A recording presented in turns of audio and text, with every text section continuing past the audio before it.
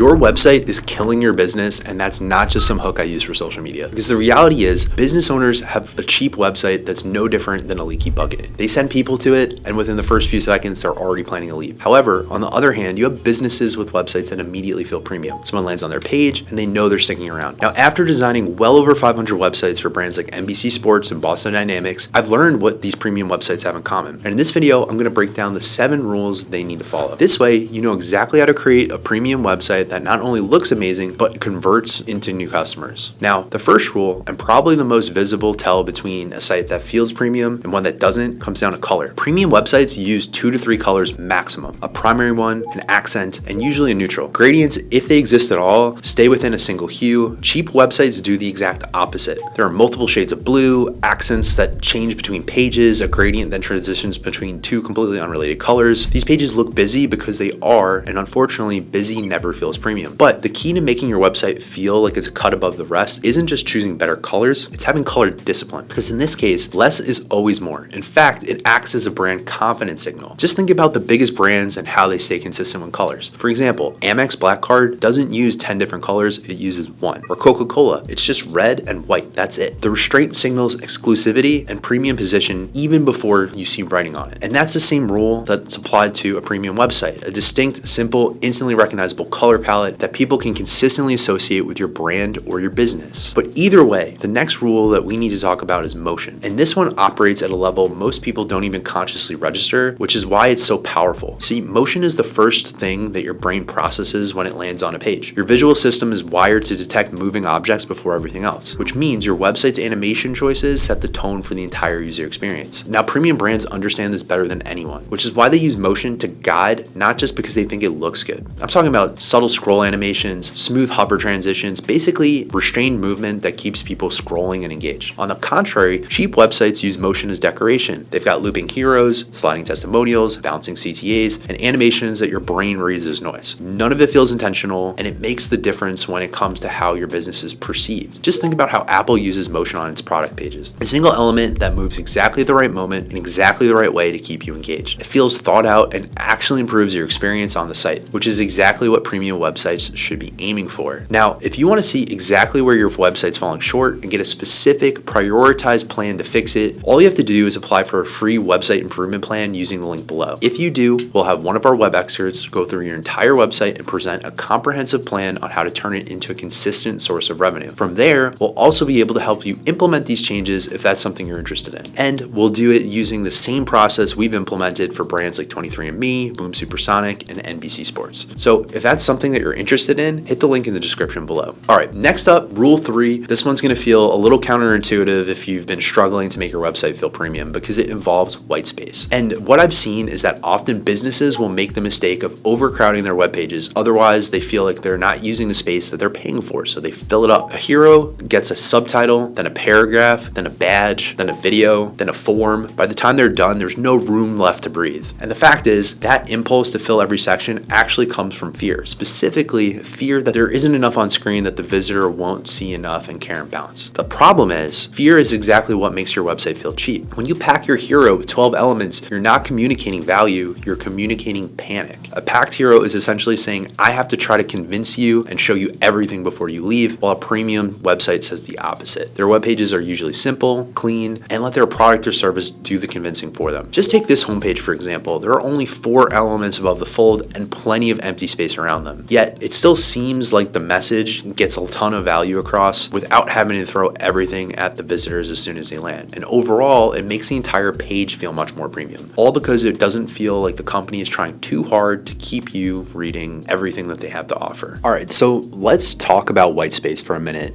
People know about it, right? But I feel like it's really underrated and undervalued when it comes to website design. A lot of people have this concept of, getting stuff above the fold or information density or adding more information to pages for, SEO, AEO optimization purposes. All of those things kind of compete with the sense of white space or, just negative space in design. And at the end of the day, yes, having content is going to be important for SEO purposes, but there's ways that you can incorporate it that don't necessarily hinder your ability to have white space on a page. So I have 2 different examples pulled up, both in the same industry, but both leveraging white space in very different ways. So one, not not really taking advantage of white space, and another that does take ample advantage of white space. So let's just take a quick look at the two websites side by side, kind of talk about it. And at the end, I want you to make a judgment of which website you feel is more premium of the two. So first example here, we have this local contracting company, and immediately when you enter into the website and you see the hero header that they have displayed here, there is a image in the background that is kind of busy to begin with because the image does have some copy over it. But then inside of the hero header frame, we have a headline, a sub-headline, 2 buttons, and then another bar with different locations included. So there's a lot of elements in this initial hero header section. There's not really a lot of vertical or horizontal white space. When you scroll to the following section, you'll see there's kind of tight margins top and bottom. And for the services section, again, we have a header, icons, subheaders, and 3 buttons. Then we have another even more condensed section that has a call out with kind of like large text centered. And then we have another condensed section here that has a headline, a lot of copy on the left, a form on the right, and an image. So in general, there's not a ton of white space that's happening on this particular page, right? Like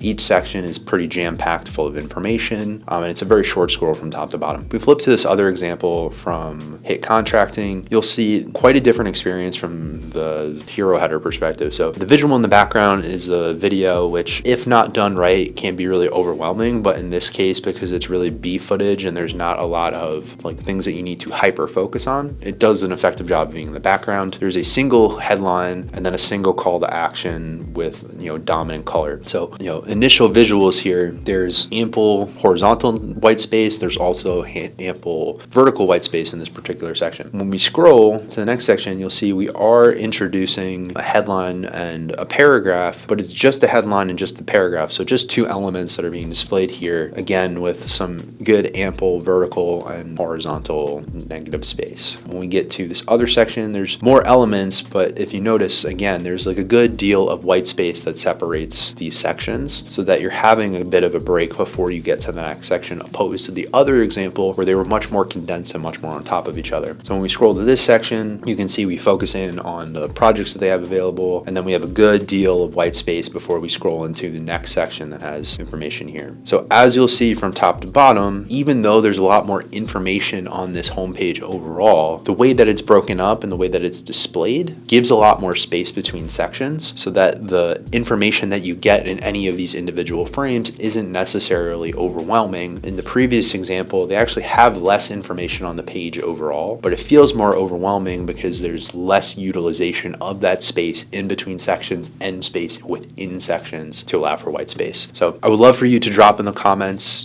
what's your take? Website A, website B, which one would you feel is more premium? Which one would you feel might command a higher price point when working with them? Now, next up is typography, and this one might seem like such a minor rule, but it makes a big difference in the way your websites proceed. Because if you're trying to create a premium page, it's always best to follow the 2-font rule. See, most premium websites only use 2 fonts, a bolder, high-impact font for headlines and a cleaner, more readable font for body copy. That combination creates a visual hierarchy. It tells your eye exactly where to go and in what order, and that hierarchy makes your page feel intentional and thoughtfully planned. Cheap websites violate this constantly. They have a display font on the hero, a different sans serif on a different page, a thin script for a pull quote, and whatever Google font felt right for the body copy at the time. By the 3rd page, it's a typography free-for-all and the brand feels completely out of control. Why does this matter? Because typography is a brand's voice. And if your voice changes in every other section, you come across as inconsistent, which ultimately destroys trust. Just think about the brands that feel universally premium. Apple, Stripe, Nike, they all cap their design at 2 fonts. And this isn't just big brands that use this method. Just look at this company's homepage. They use simple fonts, nothing fancy, yet the entire page feels like a well-designed premium experience. All right, rule number 5, and this one's a little bit more subtle because I'm talking about micro animations. The small animations and actions triggered by your behavior across the site. Things like a button that drifts slightly towards your cursor when you approach it, a headline that briefly scrambles before snapping into place, an image that shifts as you scroll past it. Each of these micro interactions have a lasting impact on the way that visitors perceive your website, because in reality, people remember an experience by its peaks, the things that stood out most to them, and micro interactions are a great way to engineer those peaks for your website. Without them, your website feels static, plain, and forgettable, and that undermines how people perceive your business, because static says we did the minimum, while an intentional micro action says we care about the details. And that is the best best indicator of not just a premium website, but a premium business for people who end up on your site, because it ultimately shows them that you do care about the details. Now that brings us to rule 6, and this one cuts against a very natural instinct, so stay with me. Premium brands write short, cheap brands explain everything. And the brands that feel most authoritative online say the least. Nike's Just Do It is a great example of that. Another is Stripe's financial infrastructure for the internet, or Apple's Shot on the iPhone. They don't need paragraphs expanding on what that means or bullet lists supporting all that information. The reason this works is that the word count is a trust signal. The more you say, the more you reveal that you're not sure the point is strong enough without the elaboration. Because when you over-explain, you signal uncertainty. But when you just make a statement and move on, that signals confidence and conviction, which are two solid indicators of a premium website and a premium brand, and exactly what every business should be trying to convey online. So look at your hero section right now. If there's multiple paragraphs below the headline, that paragraph is quietly telling every visitor that you weren't confident in the headline. Cut it. Because a shorter page that trusts the reader to understand will always outperform a longer page that doesn't. And finally, rule number 7, which is honestly the one principle that ties everything together, is consistency. But here's the thing. You can get your color palette right, nail your typography, and do everything else that we've talked about today. But if those decisions aren't applied with the same precision on every single page, the premium signal that you've been building quietly starts to fall apart. Not in an obvious way, but in a way that makes the whole site feel slightly less trustworthy than it should. See, consistency is the easiest tell of professional work. When the details are the same everywhere, the site communicates that someone is capable and in control from start to finish. When the details drift and change, people's brains register that something's off, even if they can't say exactly what. That vague, nameless feeling is what erodes trust before you've had the chance to make your case. And this is where most cheap websites give themselves away. Not just in the original design choices they made, but how well those choices were maintained, because drift happens naturally over time. Maybe a new page gets built in a hurry, somebody eyeballs a margin instead of referencing a system, a button color renders slightly different, nobody catches it. Even genuinely nice templates fall apart by the third page for exactly this reason. But if your website doesn't look like you sweat the details, why would a buyer trust that you care about the details of your product or your service either? So let me break down exactly what you need to keep consistent so that all the other rules that we've covered actually take effect. All right, so obviously all the things that we've discussed today are going to lead to more premium website experience. However, if it's not a consistent experience, it's all for naught, truly. You need consistency in order to be perceived as premium, and there's a method to the madness to get there, right? So what I have pulled up here is an example of how we as an organization ensure that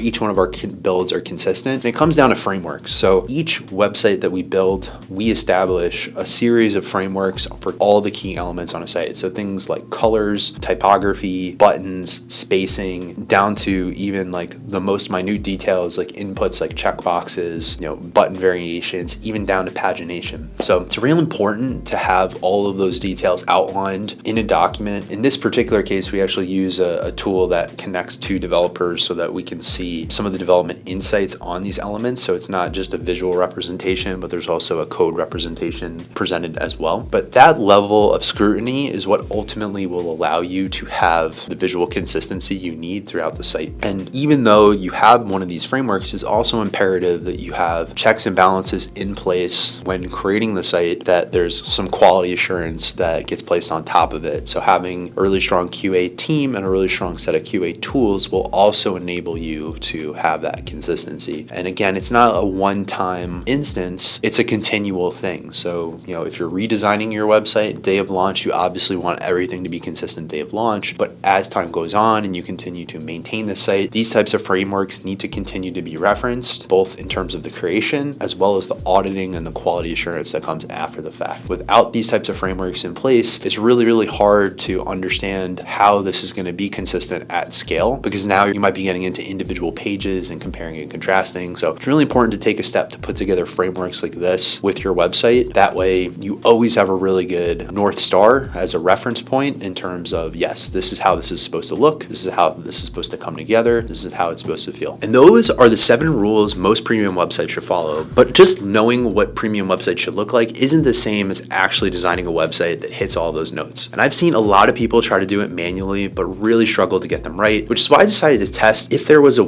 easier way using AI. So if you'd like to see whether or not the most popular one-click website builders actually hold up against these 7 rules, and if they're worth your time, watch this video next. I'll see you there.